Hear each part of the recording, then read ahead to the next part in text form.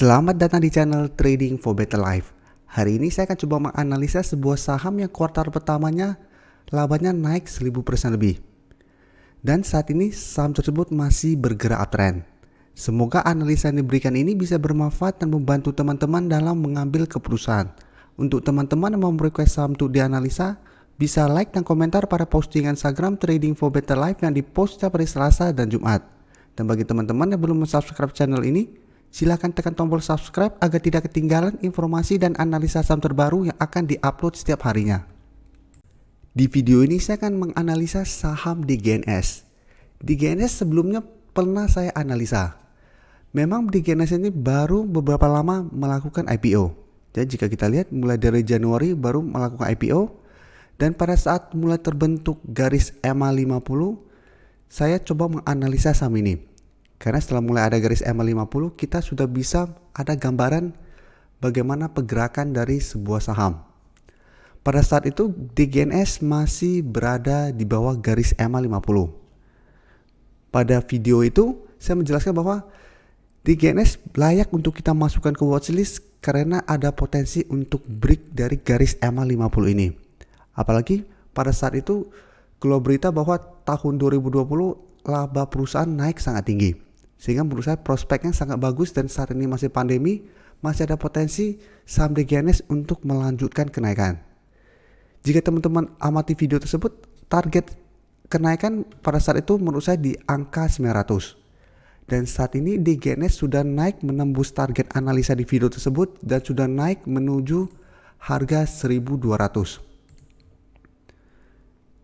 Jadi apabila teman-teman beli di sekitar harga 600 atau pada saat break dari garis EMA 50 ini, dan saat menyentuh harga 1200 gagal break teman-teman sudah take profit teman-teman hampir 100%. Dan saat ini memang dua kali kita lihat DGNS masih gagal break dari resisten ini. Dan pada hari Jumat kemarin DGNS ditutup turun 2% lebih ke harga 1180. Dan karena sudah dua kali gagal break, saat ini DGNS mulai bergerak sideways untuk jangka pendek. Tapi untuk tren jangka menengah, DGNS saat ini masih bergerak uptrend. Dan saya lihat karena dua kali gagal break dari resisten di harga 1200, ada potensi DGNS untuk bergerak sideways dan turun menuju support di harga 1000. Karena itu untuk teman-teman yang sebelumnya belum sempat mendapatkan harga DGNS di harga bawah, ini kesempatan kita untuk coba buy on weakness. Dan apabila teman-teman pelajari kenapa tiba-tiba DGNS bisa naik lumayan tinggi dalam 1 bulan terakhir ini, karena laporan keuangan DGNS untuk kuartal 1 ternyata melesat sangat tinggi, yaitu melesat hampir 1000%.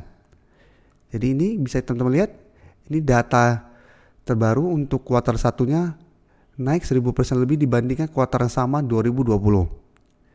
Jadi setelah tahun 2020 kenaikan laba lumayan tinggi, tahun ini juga kuartal pertama masih melanjutkan kenaikan untuk labanya.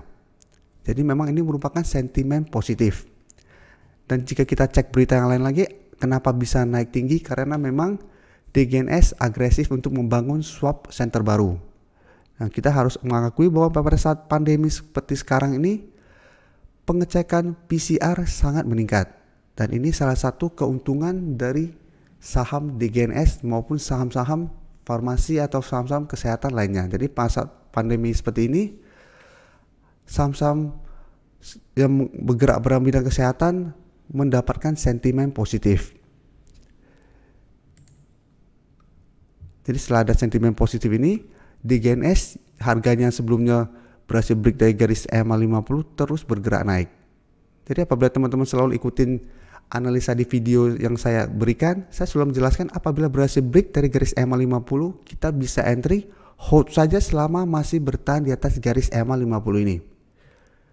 Ini untuk tren yang jangka lebih menengah. Jadi contohnya apabila teman-teman sudah berhasil break di sekitar harga 660 atau 640, terus bingung kapan harus take profit karena saat ini sebuah saham masih terus bergerak naik, contohnya DGNS ini, saya selalu menyarankan apabila teman-teman bisa hold untuk jangka lebih lama, hold saja selama dia berada di atas garis EMA 50. Apabila teman-teman beli di harga 650, saat ini di garis EMA 50 di harga 860, selama dia belum turun di bawah garis EMA 50, teman-teman masih bisa hold. Dan walaupun turun di bawah garis EMA 50 baru teman-teman take profit, teman-teman masih profit. Karena garis EMA 50 terus bergerak naik. Jadi bisa saja ini bergerak sideways, garis EMA 50 akan terus bergerak naik. Bisa saja pada saat menyentuh harga 1000, candle baru tembus di bawah garis EMA 50 dan teman-teman take profit pada saat 1000 pun teman-teman masih profit.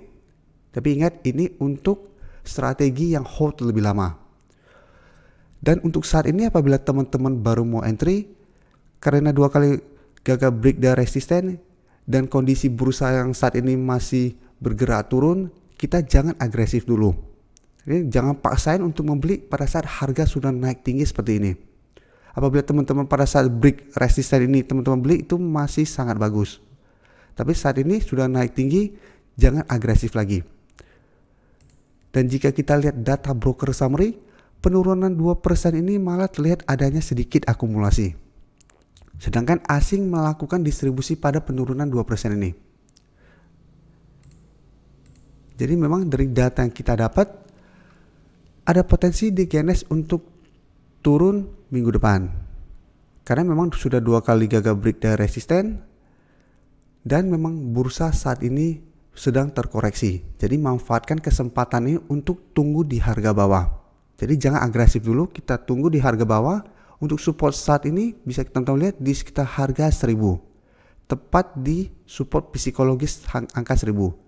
Jadi kita apabila baru mau entry, tunggu dulu dia terkena koreksi. Apabila mendekati harga 1000 atau 900 mulai rebound kembali, baru kita entry untuk lebih amannya. Dan apabila teman-teman memang suka saham-saham IPO, beberapa hari yang lalu bisa kita lihat keluar berita bahwa induk usaha dari PT Diagnos yaitu PT Bunda Medik akan melantai di bursa saham melalui IPO. Dan untuk harga IPO-nya sekitar 300 sampai 350 per lembar saham.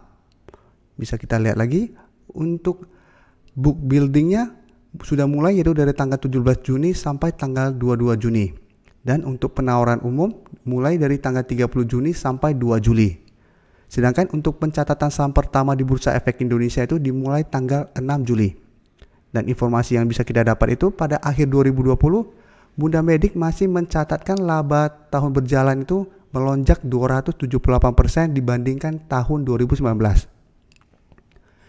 Dan jika kita lihat, perusahaan ini memiliki kegiatan usaha yang terdiri dari 2 rumah sakit ibu dan anak, 3 rumah sakit umum, 2 klinik, 10 klinik fertilitas, ada lab juga, ada distribusi farmasi dan alat kesehatan. Selain itu juga ada perhotelan hingga medical tourism. Jadi ini untuk saham-saham IPO karena belum ada teknikalnya, belum ada grafiknya, teman-teman harus mempelajari dulu bagaimana profil perusahaan, bagaimana fundamentalnya, bagaimana prospek kedepannya sebelum teman-teman membeli sebuah saham IPO. Dan sampai saat ini angka positif masih meningkat. Sehingga ini merupakan prospek yang sangat bagus untuk saham-saham di sektor kesehatan. Karena potensi untuk mencetak laba tahun ini juga masih sangat besar. Tapi ingat teman-teman harus pelajari dulu bagaimana prospek perusahaan sebelum membeli saham-saham IPO. Terima kasih telah menonton video ini. Like dan share video ini bila bermanfaat bagi teman-teman.